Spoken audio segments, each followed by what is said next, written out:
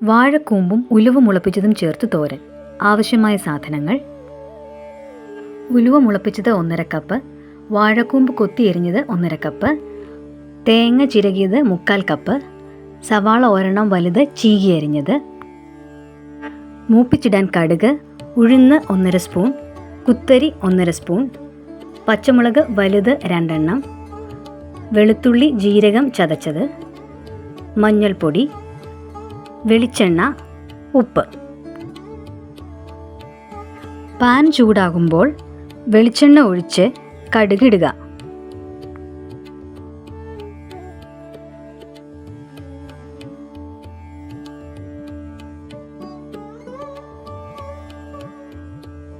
കടുക് പൊട്ടിക്കഴിയുമ്പോൾ യഥാക്രമം കഴുകി വെച്ചിട്ടുള്ള കുത്തരി, ഉഴുന്ന് എന്നിവ ഇടുക. ഇവ ചുവന്നു വരുമ്പോൾ ചീകി അരിഞ്ഞു വെച്ചിട്ടുള്ള സവാള ഇട്ട് വഴറ്റുക.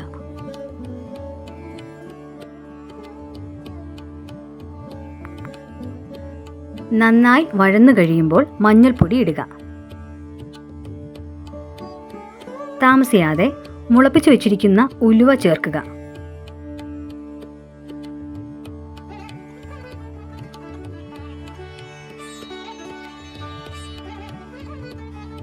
അതിനുശേഷം അരിഞ്ഞു വെച്ചിരിക്കുന്ന വാഴക്കൂമ്പ് കൂടി ചേർത്ത് ഇളക്കുക. ഉലുവയുടെ കയ്പ് കുറയ്ക്കാനായി ഒരു മാർഗം പറഞ്ഞു തരാം. ഉലുവ 5 മണിക്കൂർ വെള്ളത്തിലിട്ട ശേഷം വാരി അത്രയും തന്നെ വേറെ വെള്ളത്തിലേക്ക് 2 മണിക്കൂർ കൂടെ കുതിരാനിടുക. അതിനുശേഷം വെള്ളം വാർന്നു പോകാൻ അരിപ്പയിലേക്ക് മാറ്റുക. ഇതിനെ നന്നായി മുളയ്ക്കാൻ അനുവദിക്കുക. ഈ ഉലുവ നമ്മുടെ ശരീരത്തിലെ ഹോർമോണുകളെ ക്രമീകരിച്ച് നിർത്താൻ ധാരാളമായി സഹായിക്കുന്നു. ഫൈബർ നല്ലപോലെ അടങ്ങിയിട്ടുള്ള വാഴക്കൂമ്പ് മലശോധനയ്ക്ക് ഏറെ ഉപകാരപ്രദമാണ്.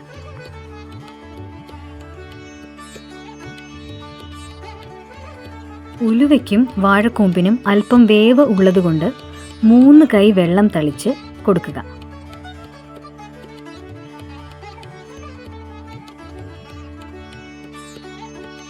ഇളക്കി ചേർത്ത് തട്ടിപ്പൊത്തി മൂടി വെച്ച് ഗ്യാസ് സിമ്മിലാക്കി വേവിക്കുക.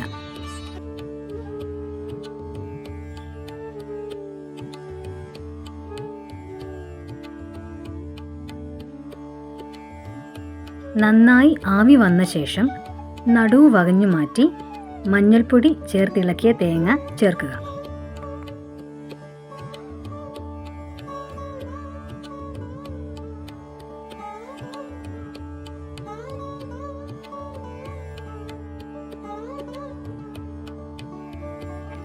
അതിനോടൊപ്പം വെളുത്തുള്ളിയും ജീരകവും ചതച്ചത് ചേർത്ത് ഇളക്കുക.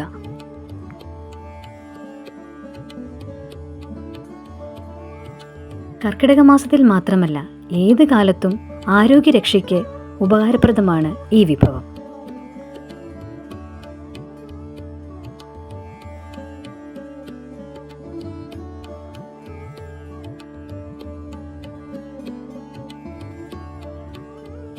ചെറിയ ആവി വരുമ്പോൾ വകഞ്ഞു മാറ്റി കറിവേപ്പില ഇടുക.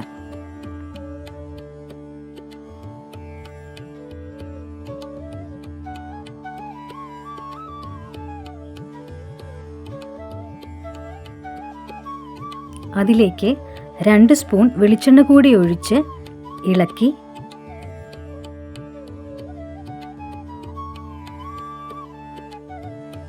ചെറു ചൂടാകുമ്പോൾ എല്ലാം കൂടി നന്നായി ഇളക്കി ചേർത്ത് അല്പനേരം കൂടി വേവിക്കുക.